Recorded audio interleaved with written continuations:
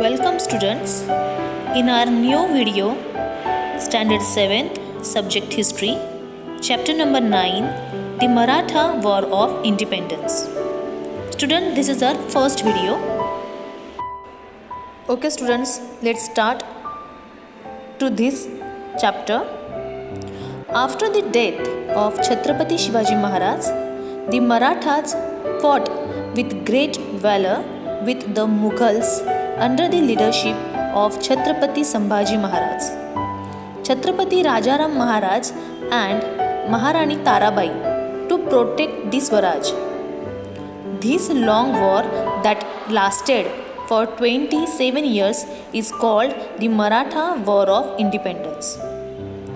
In 1682 CE, Emperor Aurangzeb himself led the invasion of South.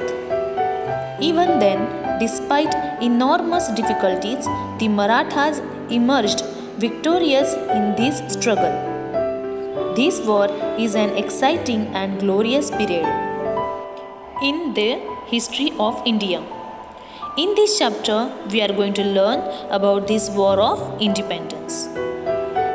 After the death of Chhatrapati Shivaji Maharaj, then his son Sambhaji Maharaj, then they came forward, and Rajaram Maharaj and Maharani Tarabai, they came forward to protect Swaraj, and that is why it is called as a Maratha War of Independence. It was long lasted for 27 years, and then in 1682 CE, then Aurangzeb himself led the invasion of South. Even though Maratha had to face many problems, many difficulties, still they emerged victorious in this struggle. This war is an exciting and glorious period in the history, and that we are going to see. Next point is Chhatrapati Sambhaji Maharaj. Sambhaji Maharaj was the eldest son of Chhatrapati Shivaji Maharaj. He was born on 14th May 1657 on the Purandar fort. After Shivaji Maharaj, he became the Chhatrapati. At this time, the Marathas were battling against the Mughals. During the same period, Emperor Aurangzeb's son Shahzada Akbar rebelled against his father. The emperor crushed his rebellion. Then Akbar came to the Deccan to take shelter with Sambhaji Maharaj.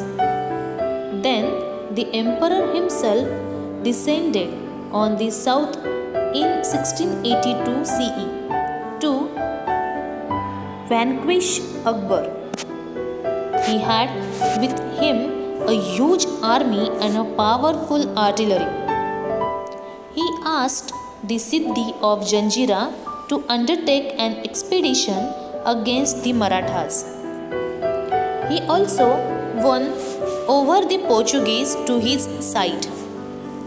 Consequently, Sambhaji Maharaj had to face many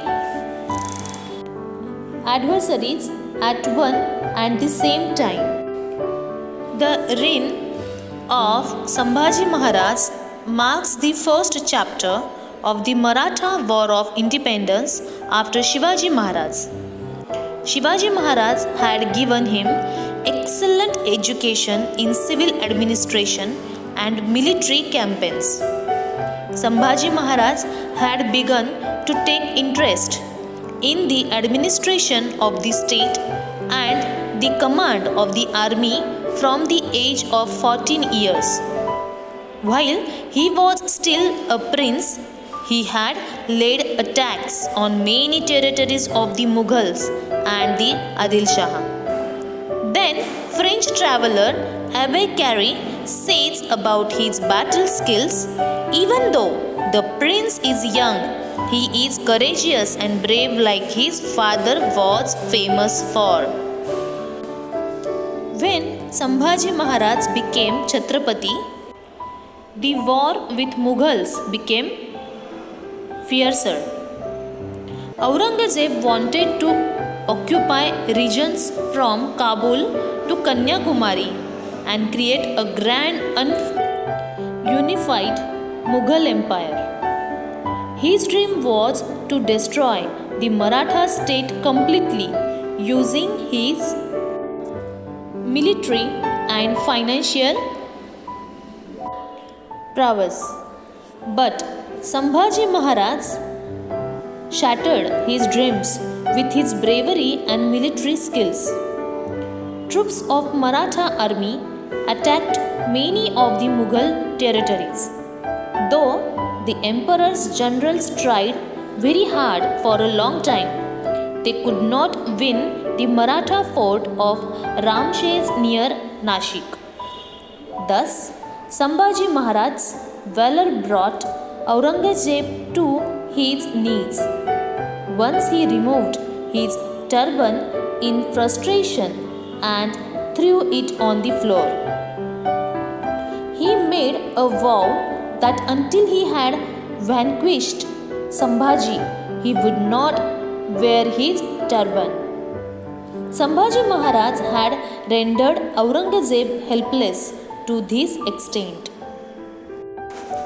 So students, by reading this about Chhatrapati Sambhaji Maharaj, we understood their bravery, their strongness, their strength. Means Aurangzeb also was helpless in front of him. He had taken vow to vanquish Sambhaji Maharaj. We will see more about Sambhaji Maharaj. Now I will tell you more information about Sambhaji Maharaj. Sambhaji Maharaj was the second ruler of the Maratha kingdom. He was the eldest son of Shivaji Maharaj, the founder of Maratha Empire, and his first wife Saibai.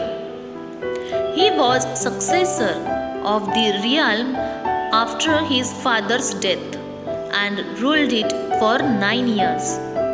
Sambhaji's rule was largely shaped by the ongoing wars between the Maratha kingdom and Mughal empire, as well as other neighboring powers such as the Siddhis, Mysore, and the Portuguese in Goa.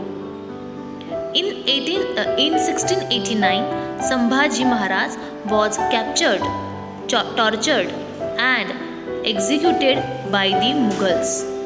He was succeeded by his brother Rajaram.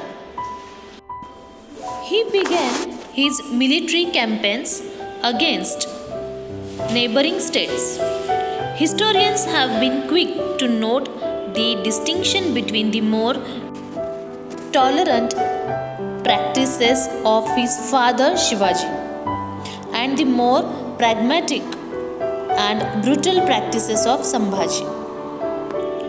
In 1681, Aurangzeb's fourth son Akbar left the Mughal court along with a few Muslim Mansabdar supporters and joined Muslim rebels in the Deccan. Aurangzeb, in response, moved his court south to Aurangabad and took over command of the Deccan campaign. The rebels were defeated and Akbar fled south to seek refuge with Sambhaji. Sambhaji's ministers, including Annaji Datto and other ministers, took this opportunity and conspired again to enthrone Rajaram again. They signed a treasonable letter against Sambhaji Maharaj in which they promised to join Akbar, to whom the letter was sent. Akbar gave this letter to Sambhaji. Enraged, Sambhaji Maharaj executed conspirators on charges of treason. For 5 years, Akbar stayed with Sambhaji, hoping that the latter would lend him men and money to strike and seize the Mughal throne for himself. Unfortunately for Sambhaji Maharaj, giving asylum to Akbar did not bear fruit. Eventually, Sambhaji Maharaj helped Akbar to flee to Persia. On the other hand, Aurangzeb, after coming to Deccan, never returned to his capital in the north. In 1682, the Mughals laid siege to the Maratha fort of Ramshes. But after 5 months of failed attempts, including planting explosive mines and building wooden towers to gain the walls, the Mughal siege failed. Aurangzeb tried attacking the Maratha Empire from all directions. He intended to use the Mughal numerical superiority to his advantage.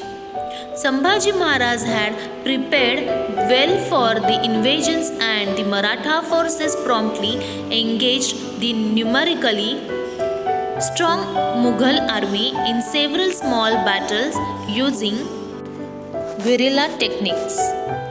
However, Sambhaji Maharaj and his general attacked and defeated the Mughal generals whenever they got an opportunity to lure the Mughal generals into decisive battles in the Maratha stronghold territories.